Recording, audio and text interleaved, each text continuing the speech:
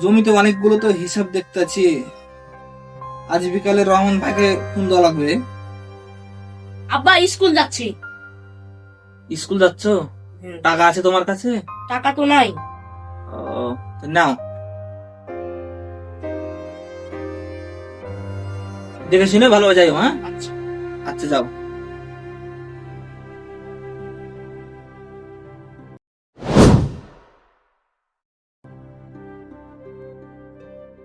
বেলা হয়ে গেল, প্রায় 10টা বেজে গেল।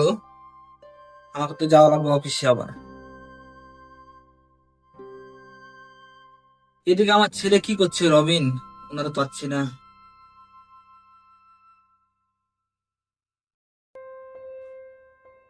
আব্বা আব্বা টাকা দাও। স্কুল যাচ্ছ? জি স্কুল যাচ্ছি। কয় টাকা দেবো? 500 টাকা দিলেই হবে।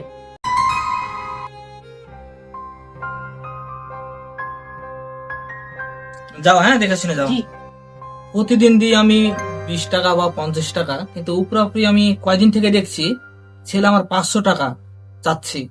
টাকাটা নিয়ে করে কি? আজকে আমি ছেলেকে ফলো রাখবো।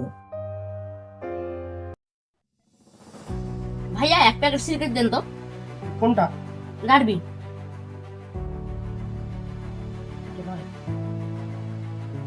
ঠিক আছে।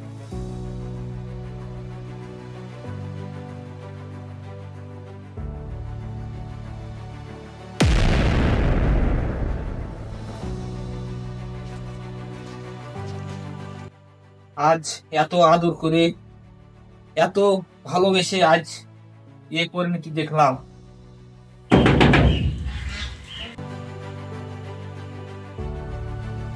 কোথায় গেছিলি? স্কুলে গেছিলাম। স্কুলে? তোর মারলে না কেন? আমাকে মারো। লেখাপড়া করি, আমি স্কুল যাই, তাও তুমি আমাকে মারো। কেনে মারছি না তুই জানিস? তুই জানিস? আয় এদিকে আয়, এদিকে আয়। তোর পকেটে কি আছে বাইর কর। আমার পকেটে কিছু নাই। দেখি। এটা কি? এটা কি? এটা আমার না আব্বা, বিশ্বাস করো, এটা আমার না। তুই যখন এত বড় বাচ্চা ছিলি, তোর মা বললো আমাকে যে আমার এই ছোট বাচ্চা রেখে গেলাম, মানুষের মতো মানুষ করবা। না তো তুমি সে পরিণতি আজ তুমি আমাকে দিচ্ছ, তাই না? মানুষ আমাকে ধরে ধরে এসব কথাবার্তা বলে। তোমাকে নিয়ে আমি স্বপ্ন দেখেছিলাম একদিন বড় হয়ে মানুষের মতো মানুষ করব, তা না তো কি। আজ তুমি আমাকে এ পরিণতি দেখালা।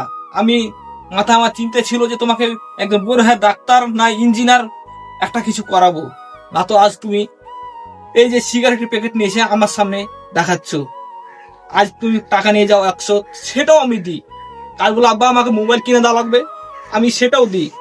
কিন্তু তোমাকে কোনটাতে আমি কম রেখেছি? কিন্তু তুমি আমাকে এমন জিনিস আজকে উপহার দিলে, সেটা আমি কোনোদিনও ভাবতে পারিনি। আব্বা আমাকে ক্ষমা করে দাও। উঠ উঠ, গেলে আমি কত স্বপ্ন দেখি। তুই আমার একটা সন্তান, তুই আমার কাছে কি ক্ষমা চাবি? তো গেলে আমি কত স্বপ্ন দেখি। আজ ছেলে পর কি কোনো মানুষের একবারে থাকতে পারে?